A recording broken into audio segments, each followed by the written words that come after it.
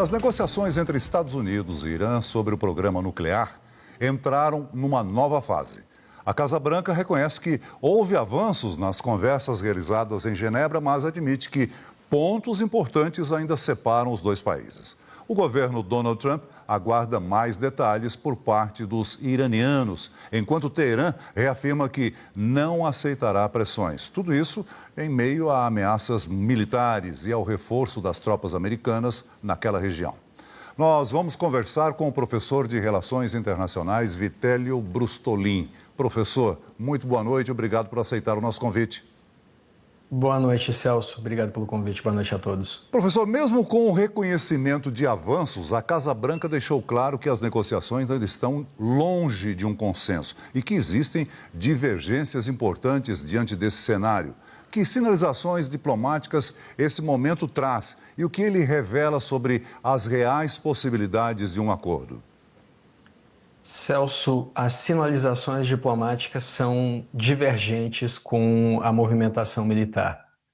Eu digo isso porque os dois lados, o Irã e os Estados Unidos, saem dessas reuniões dizendo que houve avanços, mas ao mesmo tempo Trump desloca um segundo porta-aviões para a região, o maior porta-aviões do mundo, o Gerald Ford, para o Mediterrâneo Oriental, para perto de Israel e dos seus aliados no Oriente Médio, especialmente nesse momento que Israel está com pouca defesa antiaérea, porque em meados do ano passado houve uma guerra de 12 dias contra o Irã e os mísseis Patriot estão escassos porque são fornecidos também para a Ucrânia. Então, existe um movimento diplomático de continuar as tratativas, ao mesmo tempo em que a força militar no entorno do Irã aumenta. Agora são 2 porta-aviões, já estava por lá o Abraham Lincoln com sua escolta de cruzadores, de mísseis, de destroyers, de submarino nuclear, e agora vai o Gerald Ford. São, no total, em torno de 15 embarcações militares na região, que já é cercada por bases militares, especialmente a maior base militar dos Estados Unidos, que é no Catar, Celso. O que, para finalizar, o ponto principal é que há uma discordância. O Irã concorda até em limitar o seu programa nuclear, mas não concorda em limitar o seu programa de mísseis e nem parar de financiar grupos que os Estados Unidos consideram terroristas, como o Hezbollah, o Hamas, os Houthis no Iêmen, por exemplo, Celso. Agora, o governo americano também disse que aguarda aí mais detalhes por parte do Irã nas próximas semanas. O que indica que as conversas entraram numa fase mais técnica e decisiva nesse tipo de negociação? O que costuma estar em discussão nesse momento? E quais são os principais pontos que costumam dificultar o entendimento? O principal agora é o que o Irã vai fazer com os 440 quilos de urânio enriquecido a 60% que alega ter. No ano passado, quando Israel e Estados Unidos bombardearam Fordo, Natanz, outras instalações nucleares do Irã, o Khamenei, o ayatolá do Irã, alegou que mantinha essa quantidade de urânio enriquecido. E veja só, Celso, não há nenhuma utilidade civil para urânio enriquecido a 60%. Instalações civis de enriquecimento nuclear vão até no máximo 20%, que é para fins medicinais. O urânio para produção de energia, por exemplo, é de 3,5% a 5% o enriquecimento dele. O salto para enriquecer de 60% para 90%, que seria o necessário para fazer armas nucleares, é muito curto. E a Agência Internacional de Energia Atômica encontrou resquícios em Fordo de urânio enriquecido a 83,7%, Celso. Então, os Estados Unidos esperam um destino para esse urânio. No passado, o Irã costumava entregar o urânio enriquecido à Rússia, isso não vai ser aceito dessa vez. E o programa de mísseis, o Irã já disse que não vai abrir mão, uma potência de mísseis na região tem mais de 3 mil mísseis e também não quer parar de financiar grupos que se opõem à existência de Israel, Celso. A gente já ressaltou aqui que tudo isso acontece em meio às ameaças militares dos Estados Unidos e respostas duras por parte do Irã, que afirma estar preparado aí para reagir a qualquer ataque.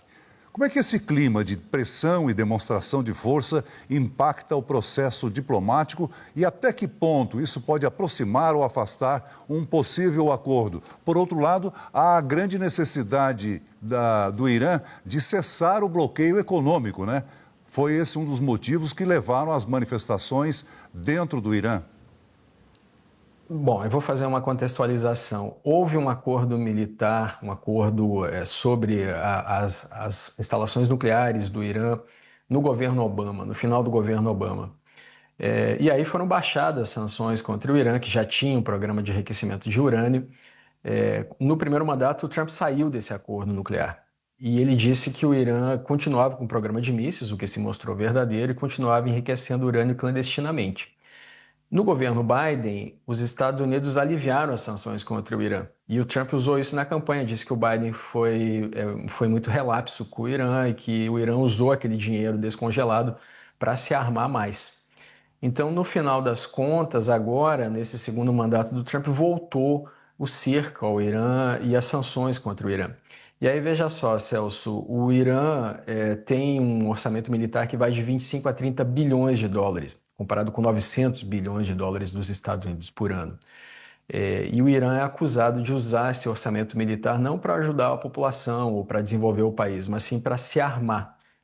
E isso levou muitas pessoas, não só isso, a crise financeira que vem das sanções, como você ressaltou, a partir de 28 de dezembro do ano passado, as pessoas foram às ruas protestar e algumas ONGs apontam que o Irã matou mais de 43 mil cidadãos iranianos que estão nas ruas protestando.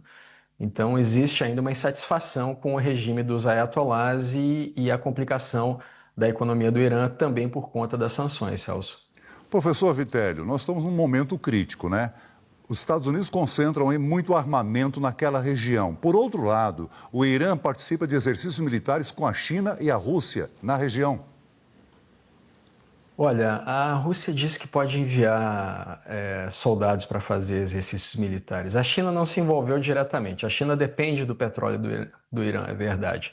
Sobretudo agora que a Índia vai parar de comprar petróleo russo para revender e há uma pressão para que a China também pare de comprar, inclusive com uma ameaça de imposição de mais sanções contra a China. A questão é que a Rússia, no ano passado, não conseguiu prevenir os ataques que Israel e os Estados Unidos fizeram contra o Irã. A Rússia também não conseguiu salvar o Maduro, da Venezuela, que era um aliado seu, nem o Bashar al-Assad, na Síria, que também era financiado pelo Irã. O regime dos Assad, que estava lá no poder desde a década de 70, caiu. A Rússia não conseguiu defender a Armênia, que entrou em guerra contra o Azerbaijão, e a Armênia tem um tratado de segurança com a Rússia foi incapaz de defendê-la. Então a Rússia não tem conseguido projetar poder, nem mesmo agora, com o corte do petróleo fornecido a Cuba, a Rússia tem conseguido ajudar a Cuba. Então a Rússia está atolada na Ucrânia e não tem conseguido ajudar seus aliados históricos. E por outro lado, a China ainda não tem um exército de nível global e nem tem interesse em se envolver em uma guerra contra os Estados Unidos, justamente para defender um país como o Irã nesse momento. Então, mais uma vez, como nós vimos em junho do ano passado, o Irã está sozinho militarmente, pode ter apenas apoio diplomático, Celso. Professor Vitélio Brustolin, professor de Relações Internacionais e Estudos Estratégicos e Direito Internacional. Muito obrigado por participar e nos ajudar aqui a entender esse clima tenso que existe no Oriente Médio no momento. Uma boa noite para você.